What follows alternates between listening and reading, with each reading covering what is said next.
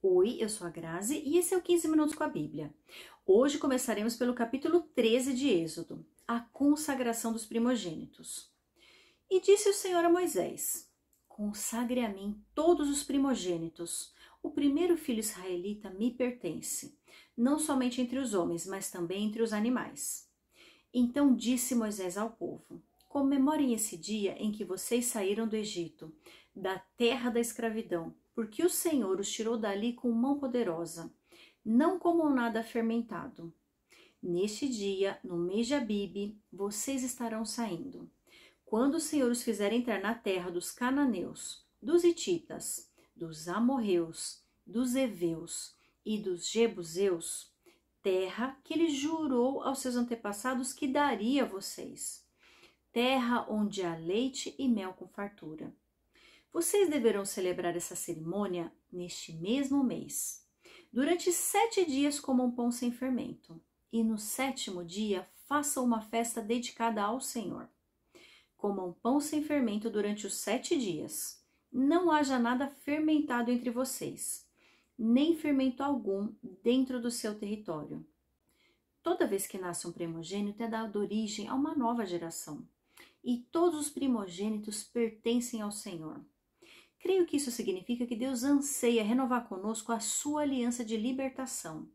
Se tivermos o Senhor como nosso Deus, sem nos desviarmos de seus caminhos, transmitiremos esse legado aos nossos filhos e às futuras gerações.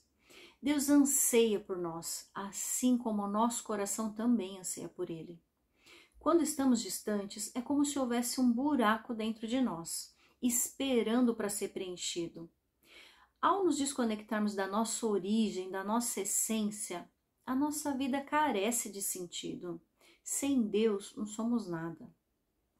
Ao estabelecer como decreto perpétuo a consagração dos primogênitos, o Senhor nos relembra de sua mão poderosa e de como ela nos livra da escravidão. Versículo 8. Nesse dia, cada um dirá ao seu filho: assim faço pelo que o Senhor fez por mim quando saí do Egito. Isso lhe será como sinal em sua mão e em memorial à sua testa, para que a lei do Senhor esteja em seus lábios, porque o Senhor o tirou do Egito com mão poderosa.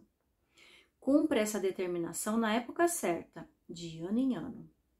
Depois que o Senhor os fizer na terra dos cananeus e entregá-la a vocês, como jurou a vocês e aos seus antepassados, separem para o Senhor o primeiro nascido de todo o ventre. Todos os primeiros machos dos seus rebanhos pertencem ao Senhor.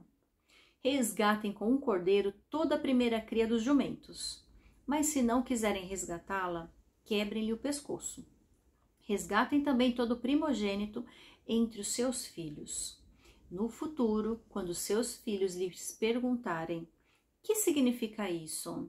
Digam-lhes: com mão poderosa o Senhor nos tirou do Egito, da terra da escravidão.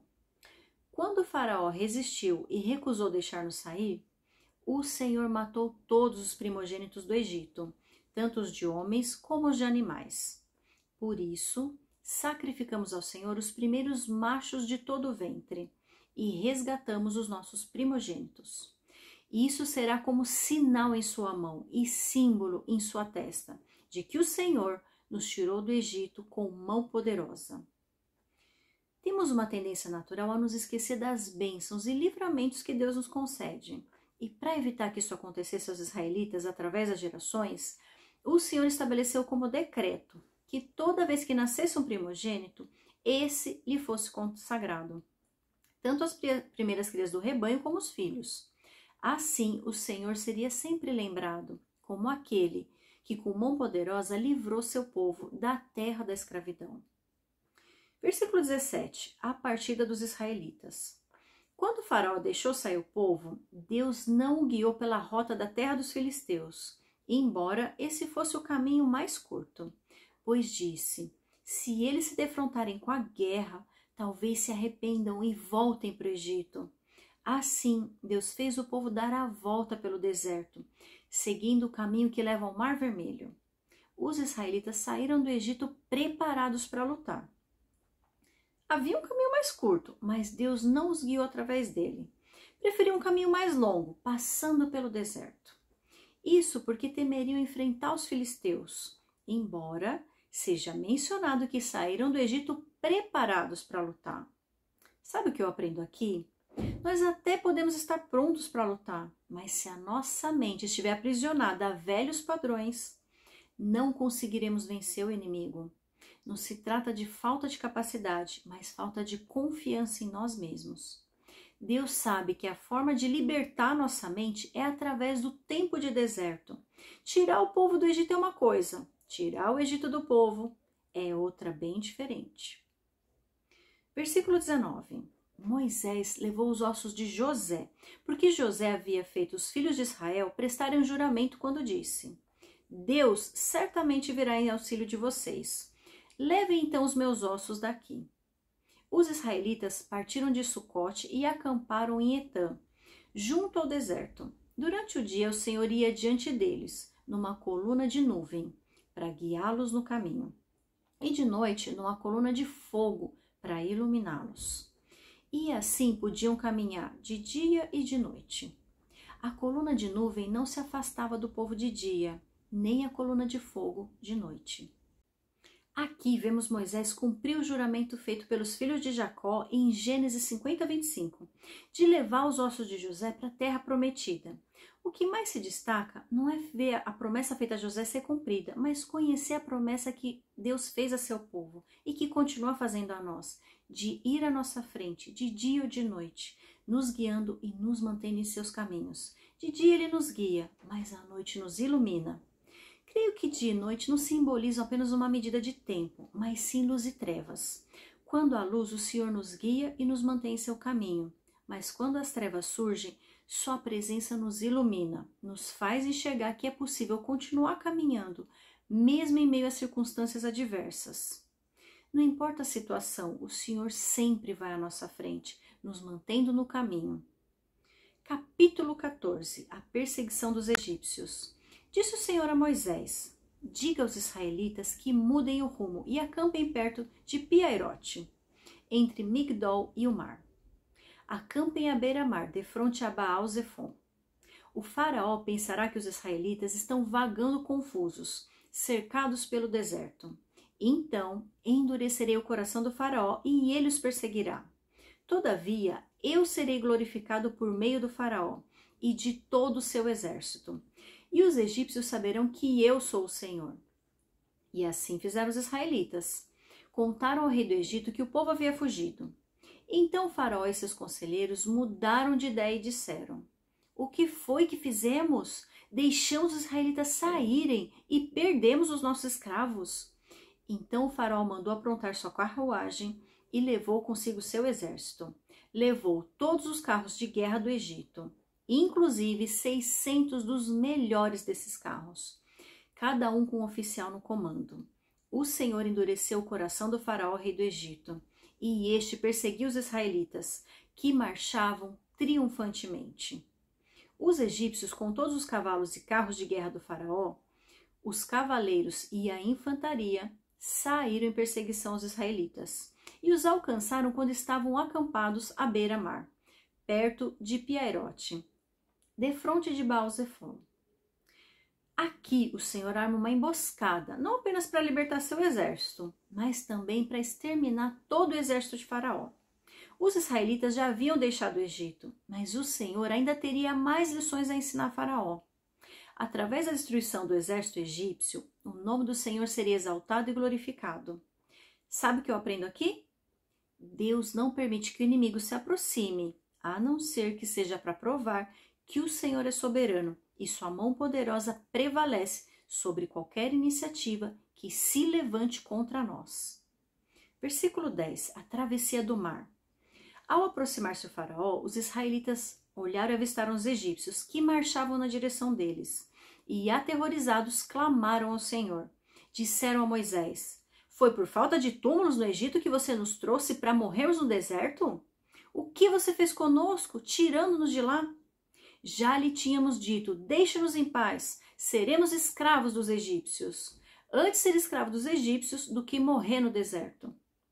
Moisés respondeu ao povo: não tenham medo, fiquem firmes e vejam o livramento que o Senhor lhes trará hoje, porque vocês nunca mais verão os egípcios que hoje veem.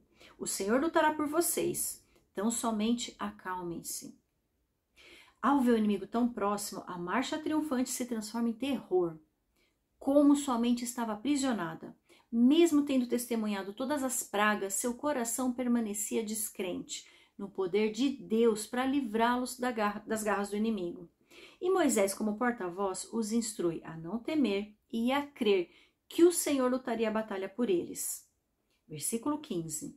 Disse então o Senhor a Moisés: por que você está clamando a mim? Diga aos israelitas que sigam avante. Erga sua vara e estenda a mão sobre o mar, e as águas se dividirão para que os israelitas atravessem o mar em terra seca. Eu, porém, endurecerei o coração dos egípcios, e eles os perseguirão. E serei glorificado com a derrota do faraó e de todo o seu exército, com seus carros de guerra e seus cavaleiros. Os egípcios saberão que eu sou o Senhor, quando eu for glorificado com a derrota do faraó, com seus carros de guerra e seus cavaleiros. A seguir, o anjo de Deus, que ia à frente dos exércitos de Israel, retirou-se, colocando-se atrás deles. A coluna de nuvem também saiu da frente deles e se pôs atrás, entre os egípcios e os israelitas. A nuvem trouxe trevas para um e luz para o outro, de modo que os egípcios não puderam aproximar-se dos israelitas durante toda a noite. Quando Deus nos concede autoridade, somos capazes de fazer coisas que são inexplicáveis aos olhos humanos. E cada sinal milagroso serve para engrandecer e enaltecer ainda mais a glória do Senhor. Não foi Moisés que abriu o mar para o povo passar em seco, mas sim o poder de Deus que o capacitou a isso. Versículo 21. Então Moisés estendeu a mão sobre o mar, e o Senhor afastou o mar e o tornou em terra seca, com um forte vento oriental que soprou toda aquela noite. As águas se dividiram e os israelitas atravessaram pelo meio do mar em terra seca, tendo uma parede de água à direita e outra à esquerda. Os egípcios os perseguiram e todos os cavalos, carros de guerras e cavaleiros do faraó foram atrás deles até o meio do mar. No fim da madrugada, no alto da coluna de fogo e de nuvem, o Senhor viu o exército dos egípcios e os pôs em confusão. Fez que as rodas de seus carros começassem a soltar-se, de forma que tinham dificuldade em conduzi-los. E os egípcios gritaram: vamos fugir dos israelitas, o Senhor está lutando por eles contra o Egito. Mas o Senhor disse a Moisés: estenda a mão sobre o mar para que as águas voltem sobre os egípcios, sobre os seus carros de guerra e sobre os seus cavaleiros. Moisés estendeu a mão sobre o mar e, ao raiar do dia, o mar voltou ao seu lugar. Quando os egípcios estavam fugindo, foram de encontro às águas, e o Senhor os lançou ao mar. As águas voltaram e encobriram seus carros de guerra e os seus cavaleiros. Todo o exército do faraó que havia perseguido os israelitas, mar adentro, ninguém sobreviveu. Mas os israelitas atravessaram o mar pisando em terra seca, tendo uma parede de água à direita e outra à esquerda. Naquele dia, o Senhor salvou Israel das mãos dos egípcios, e os israelitas viram os egípcios mortos na praia. Israel viu o grande poder do Senhor contra os egípcios, temeu o Senhor e pôs nele a sua confiança, como também em Moisés seu servo. Deus permite que o inimigo se aproxime até o ponto de nos amedrontar, mas é Ele quem luta as nossas guerras e faz com que nenhuma iniciativa que se levante contra nós sobreviva. Esse é, sem dúvida, um dos relatos mais marcantes do infinito poder do nosso Deus. Aquele que com sua mão poderosa pode abrir caminho para passarmos e fechar para impedir que o inimigo nos alcance. E sabe por que ele permite que isso aconteça? Porque nos faz crer e pôr nossa confiança nele. Quando enfrentamos algo que não podemos vencer sozinhos, recebemos o livramento de Deus. Não devemos apenas crer, mas depender inteiramente dele. E quando ele nos livrar dos inimigos, precisamos agir como Moisés e agradecer, como veremos no capítulo 15.